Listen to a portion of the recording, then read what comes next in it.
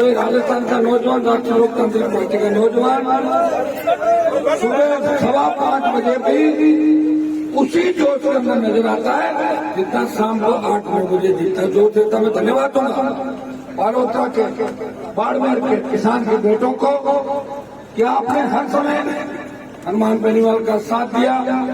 जब पार्टी नहीं बनी, चाहे हुकार हो, ललकार हो और संघर्ष का समय हो, 18 के अंदर जब चुनाव लड़ा तो 22 के अंदर आपने भारतीय जनता पार्टी को तीसरे नंबर पर धकेल दिया था।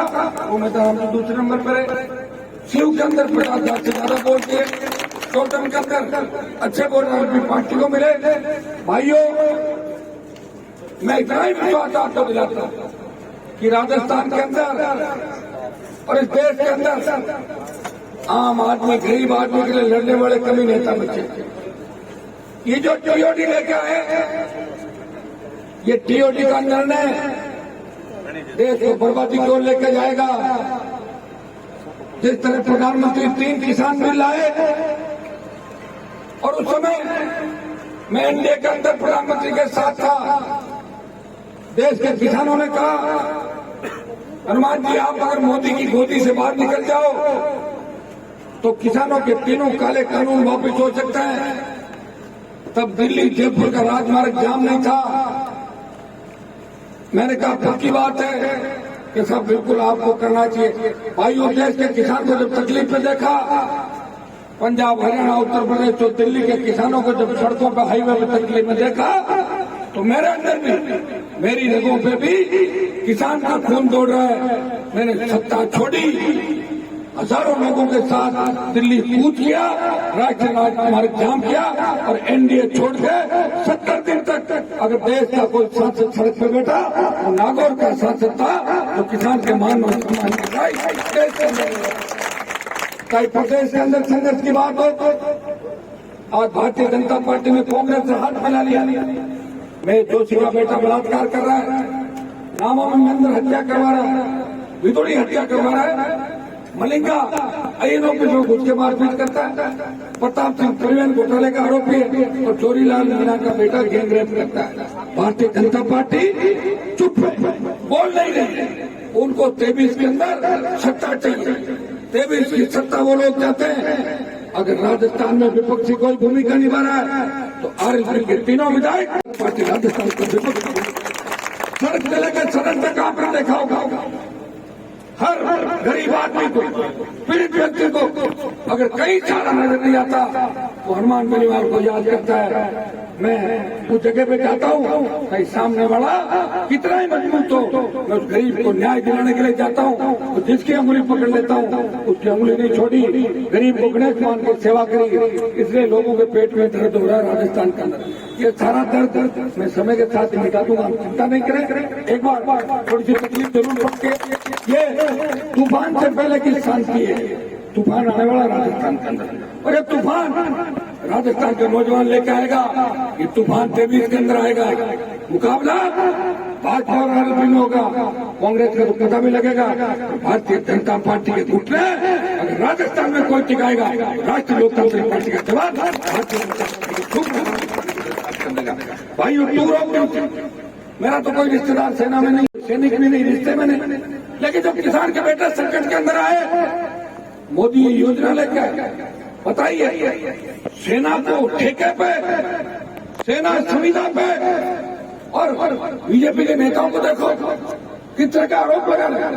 पहले जब किसान आंदोलन चला था तो किसानों को कह दिया ये तो आतंकवादियों से मिले, उग्रवादियों से मिले, और जब किसान के बेटे सड़क पाए कहने लग गए। मुझे लग रहा है कि मानसिक स्थिति खराब हो रही भारतीय जनता पार्टी के नेताओं कि बच्चे उग्रवादियों से मिले हुए, आतंकवादियों से मिले। कौन सा उग्रवादी किसी नंबर हमारे पास तो नहीं, किसी उग्रवादी का जांच करा रहे तुम्हारी सरकार दिल्ली के अंदर, क्यों नहीं करा रहे? खाली मोदी जी भाषण ही ठोक रहे हो। क्या क्या आपने 8 साल के अंदर 2 करोड़ लोगों को रोजगार देने का प्रचार। कोरोना जब आया था इंटरनेशनल फ्लाइटें बंद नहीं करी, लोकसभा को जबरदस्ती चलाया, सिर्फ केवल रिकॉर्ड बनाने के लिए। देखिए हम कोरोना से नहीं डरते। और तो और मोदी ने घंटा भी पकड़ा दिया, लोगों को पकड़ा कि नहीं पकड़ा? हाथ में घंटा दे दिया कांग्रेस वालों के, पूरे देश के घंटियां बजा दी। घंटी हमारे घरों पर बजती जब बच्चा बच्ची होता है। दीपक जमुना के इससे कोई कोरोना भागा क्या? पहली लहर के अंदर कई एमपी कोरोना पॉजिटिव है, देश का गृह मंत्री कोरोना पॉजिटिव हुआ, हम भी कोरोना पॉजिटिव थे और कई सांसद छोड़ के चले गए। इनका रेल मंत्री छोड़ के चला गया और प्रधानमंत्री लोकसभा में भाषण दे रहे हैं कि कोरोना हिंदुस्तान में नहीं आएगा। मैं दावे के साथ कहता हूँ, तुमको आपका भगवान से कनेक्शन हो गया, कैसे कर सकते हो? और भाइयों, जब सेकेंड लहर आई तो विश्व में सबसे ज्यादा मौतें अगर हुई तो कोरोना से हिंदुस्तान के अंदर 50 लाख मौतें हुई। कई परिवार उजड़ गए। हम सिलेंडर के लिए घूम रहे थे, ऑक्सीजन का सिलेंडर नहीं था, प्राणवायु नहीं थी, रेमडेसिविर नहीं था, आईसीयू के अंदर वार्ड नहीं थी, बेड नहीं था, वार्ड में भर्ती नहीं कर रहे थे। आप एम्स में जाते थे लेकिन एम्स में कोई पूछने वाला नहीं था। इस कोरोना की चपेट के अंदर हमने लोगों को दम तोड़ते हुए देखा और उसके बाद मोदी ने घोषणा की कि ऑक्सीजन प्लांट लगाएंगे। अब क्या काम को हमें जरूरत नहीं ऑक्सीजन, खेच रहे ना ऑक्सीजन अपने आप। वो तो जरूरत थी, जब नहीं मिली। पेट्रोल डीजल 100 रुपये बाहर चला गया। कितना भाव है डीजल पेट्रोल का? लोकसभा में कहते हैं कि आप टोल मुक्त करो, पेट्रोल डीजल की कीमतें घटाओ, कह रहे गाड़ी मत खरीदो और 5 स्टार में खाना खाओगे तो बिल 5 स्टार का और ढाबे पर खाओगे तो ढाबे का। ये इनके मंत्रियों के बोल। किसान आंदोलन में इनके मंत्री कहते थे मुझे प्रधानमंत्री खुद ने कहा हनुमान जी आप खराब हो रहे हो, मैं बिल वापस ले लूंगा। मैंने कहा मत लो, तो आपको कौन कह रहा है? तो मेरी लड़ाई लड़ रहा हूँ और मुझे कोई आपने नेता नहीं बनाया। मेरे पिताजी उस समय विधायक थे जब बीजेपी खुद ही पैदा नहीं हुई। बीजेपी बनी थी 80 में और मेरे पिताजी एमएलए थे 1977 के अंदर जब बीजेपी बड़ी थी। और भाइयों, ये रिपोर्ट भी मेरे नाम रहा कि राजस्थान के अंदर कांग्रेस भाजपा के बड़े बड़े नेता तो किसान राजनीति की बात करते हैं। कोई गहलोत की चप्पल उठाता है, कोई वसुंधरा की सैंडल उठाने के लिए कंपटीशन करता है, कोई मोदी के वहां पे जाके दरी बिछाता है, कोई कुछ करता है। मैं इनकी औकात जानता हूँ, दिल्ली में किसकी कितनी औकात है, जयपुर में किसकी कितनी औकात है। ये तकलीफ इनको कि हनुमान भ्रष्टाचार क्यों नहीं कर रहा है, हनुमान जमीन को कब्जे क्यों नहीं कर रहा है, हनुमान केंद्र के अंदर ठेके क्यों नहीं ले रहा है, हनुमान रिफाइनरी के अंदर क्यों नहीं कर रहा। भाइयों, मैं बाढ़ के नेताओं को भी जानता हूँ कि कौन क्या धंधा करता है। वक्त के साथ सारी चीजें बाहर आ जाएगी। अगर बाईचू के अंदर हो सकता है पथराव करा दिया होगा, लेकिन उस समय मैंने तय किया कि मेरे साथ जो बच्चे थे आप लड़ भिड़ के कोई नरसंहार नहीं हो जाए। इसलिए हनुमान बेनीवाल ने गाड़ी के कांच फुड़ाए और आगे चला गया। मुझे पता था उस षड्यंत्र में कौन शामिल थे। बीजेपी के नेता भी थे, कांग्रेस के भी थे और तमाम नेता ये चाहते थे कि हनुमान बेनीवाल बाड़मेर में राजनीति क्यों कर रहा। क्यों बाड़मेर तुम्हारे बाप का है क्या? सबका है बाड़मेर में। और नागौर के अंदर बाड़मेर राजनीति करो। अरे भाई, तुम नागौर से निकलते हो, तुम्हारे पत्र में रोए तो नहीं? और अगर इस तरह बकवास करते रहोगे तो राजस्थान में गली गली में पिटवाऊंगा तुम लोगों को। ये भी ध्यान रखना, दिमाग खराब यही धंधे करते हो। 10 आदमी को दारू पिलाया, कहीं भेज दिया, खुद तो लड़ाई लड़ी नहीं जीवन के अंदर, चमना किस्म की लड़ाई लड़ी। अंधेरे में बच्चों को टूल बढ़ाते हो। कौन सी व्यक्ति की लड़ाई, कौन सी लड़ाई लड़ी? हमने लड़ी थी लड़ाई। 302 के मुकदमे लगे हमारे ऊपर, झूठा फंसाया था, लेकिन परिवार को बचाने के लिए लगे तो लगे। भाइयों, कभी समस्याओं से दूर नहीं भागे और जिसके पीछे पड़े उनको दिन में तारे दिखा दिया। वसुंधरा से बड़ी तो कोई हुई नहीं, बाकी राजस्थान छोड़ के। और गहलोत के बेटे को जोधपुर में चैलेंज कर रहा था, किसानों का पूरा बदला लिया। उनके बेटे पोते पोतियां बदला नहीं ले पाए। आपके ओसियां के एमएलए देखो, उसी गहलोत के साथ हम ऐसे करके जीत गए। और क्या जीत? तुम्हारे पिताजी की बात में भी सीढ़ी आई, कम से कम जुराब तो उतार लेते उस सीढ़ी के अंदर। जुराब पहने में सीढ़ी आई, देखिए हम लोग जेल में सड़के मरे। दादाजी को सीएम ने पैरों में बिठाया, विधानसभा का अध्यक्ष बनाया। कौन से मुख्यमंत्री के दावेदार? कब थे? झूठ बोलते हो। 70 साल से कौम को ठग रहे हो, किसानों को ठग रहे हो। मैं सही बात करने के लिए आया हूँ और मुझे डर नहीं था किसी के बाप का।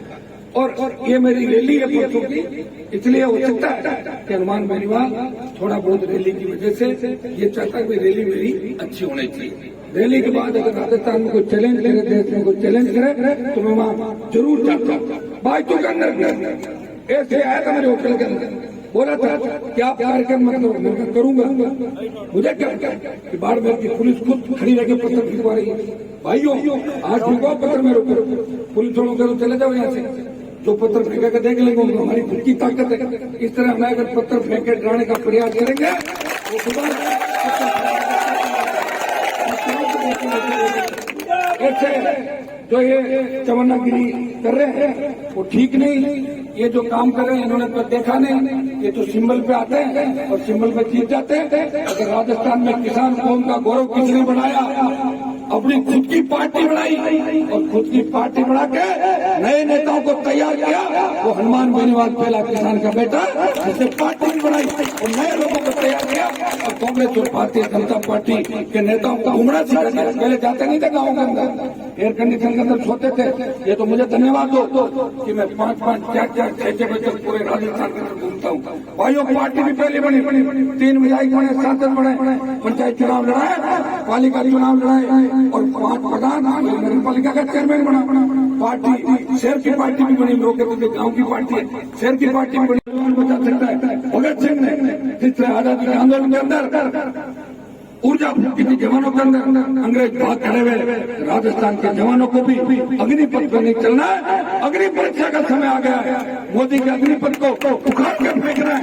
जोधपुर के अंदर इतनी तादाद में बालों तरफ और मोर्चाना है कि प्रधानमंत्री को पता लग जाए ये टेलर है और दिल्ली में पूरी पिक्चर दिखा देंगे। ये संदेश जो बहुत लंबा समय हो गया, आप भी इंतजार कर रहे थे। मैं इतना ही विश्वास आपको दिलाता हूँ कि राष्ट्रीय लोकतांत्रिक पार्टी जैसे ही टूर ऑफ ड्यूटी टीओडी लागू हुआ 24 घंटे के भीतर अगर कोई पार्टी सड़क पर लड़ने के लिए आई तो राष्ट्रीय लोकतांत्रिक पार्टी थी।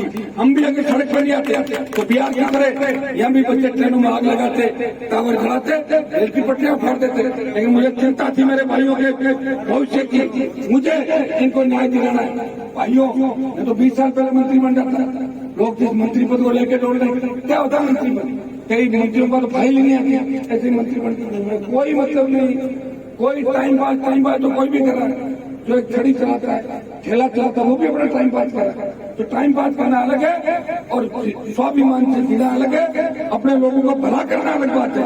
अगर इस राजस्थान में नौजवानों को लड़ना किसी ने सिखाया, ऐसे कलेक्टर कमिश्नर और मंत्रियों को सड़क पर बुलाना सिखाया और नागौर के सांसद ने राजस्थान के नौजवान किसानों और संघर्ष को नए आयाम दिए और प्रत्येक व्यक्ति को न्याय दिलाने का प्रयास किया। भाइयों एक उदाहरण, मुझे कोई लाइसेंस रिन्यूअल करने की आवश्यकता नहीं क्योंकि मुझे 24 घंटे ही लगता रहता। मैं इतना ही विश्वास आपको पूरी ताकत के साथ हमें लड़ाई लड़नी प्रयास करना है। और टूर ऑफ ड्यूटी जो है ये जब तक खत्म नहीं होगा आंदोलन अगला जोधपुर की धरती से तय करेंगे कि अगला पड़ाव हमारा क्या होगा। हो सकता है समय लग जाए तो बोले तलवार चले, अब हनुमान बेनीवाल पीछे हटने वाला नहीं है। मेरी एक आदत है जो कहता हूँ वो करता हूँ, इसके अंदर चाहिए कुछ भी हो जाए, कितनी बड़ी बर्बादी हो जाए, नौजवानों को साथ इस देश में नहीं छोड़ूंगा। इतना भरोसा राजस्थान के नौजवानों को दिलाता हूँ आपके लिए अगर कोई बोली मेरा सीना चीर के चली जाए मैं परवाह नहीं करूंगा। किसान का बेटा हूँ, बोले यूनिवर्सिटी की राजनीति करके वहाँ से निकला हूँ और बड़े बड़े धुरंधर जो राजस्थान में मेरे समाज के नेता जो धरती तोलते थे उनको उनकी औकात दिखा दी, बड़े बड़े नेताओं को औकात दिखाई और दिल्ली वालों को दिखाई। लोग कहते थे कि अब किसान आंदोलन हनुमान जी मोदी से टक्कर ले लेंगे, क्या ले ली एक बार और दोबारा लाइसेंस रिन्यू कराने के लिए टीओडी का पूरी लड़ने का टेंडर देश में हनुमान बेनीवाल ने भाइयों 27 तारीख बड़ी तादाद आपको जोधपुर आना, इस रैली को सफल बनाना और अगली हमारी जो कर्ज माफी फ्री बिजली